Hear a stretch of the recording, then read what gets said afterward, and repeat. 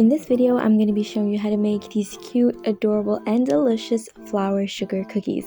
These cookies are buttery and soft, they melt in your mouth, and it's actually really easy to make. The ingredients are super simple, you probably have them in your pantry right now, and also the process of putting them together is so very easy. So without further ado, let's get started.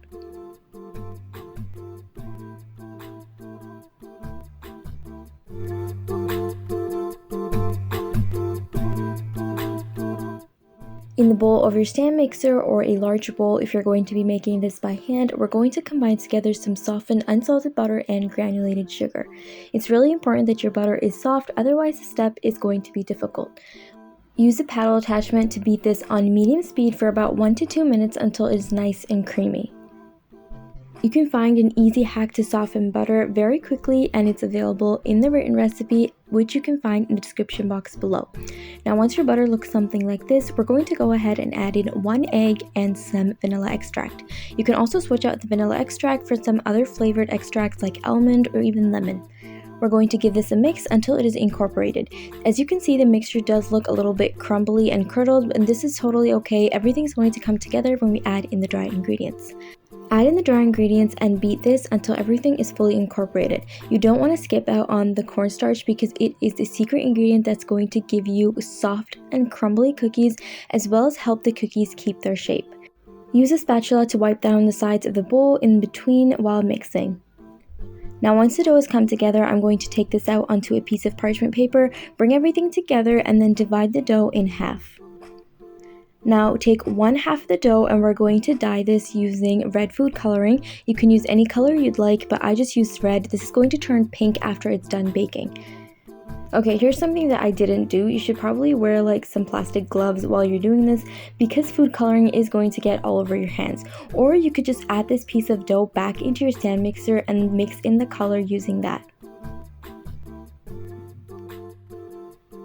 Alright, once the color is fully mixed in, now what we're going to do is from both of these halves, I'm going to cut off 1/4 pieces like this. So now you should have about 4 portions of dough. 2 large portions of colored and uncolored dough and 2 small pieces of colored and uncolored dough.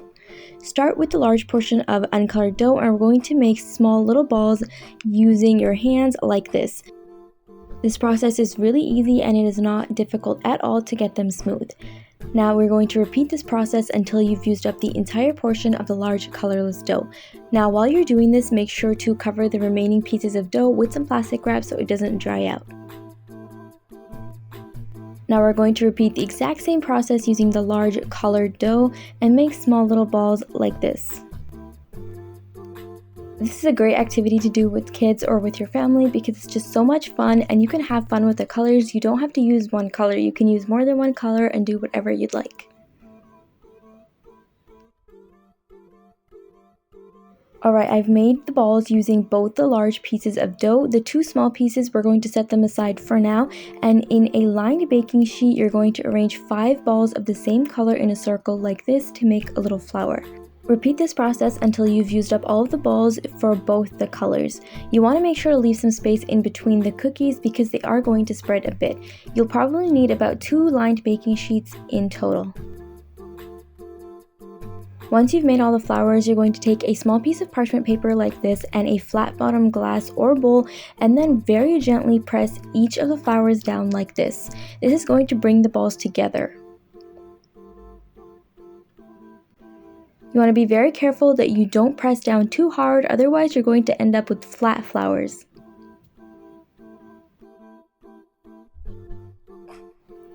This next step is optional, but I used a fondant tool to make these lines from the center outwards on each of the petals. You can also use a toothpick if you don't have these tools. Repeat this process on all of your flowers and then we're going to go ahead and make the centers.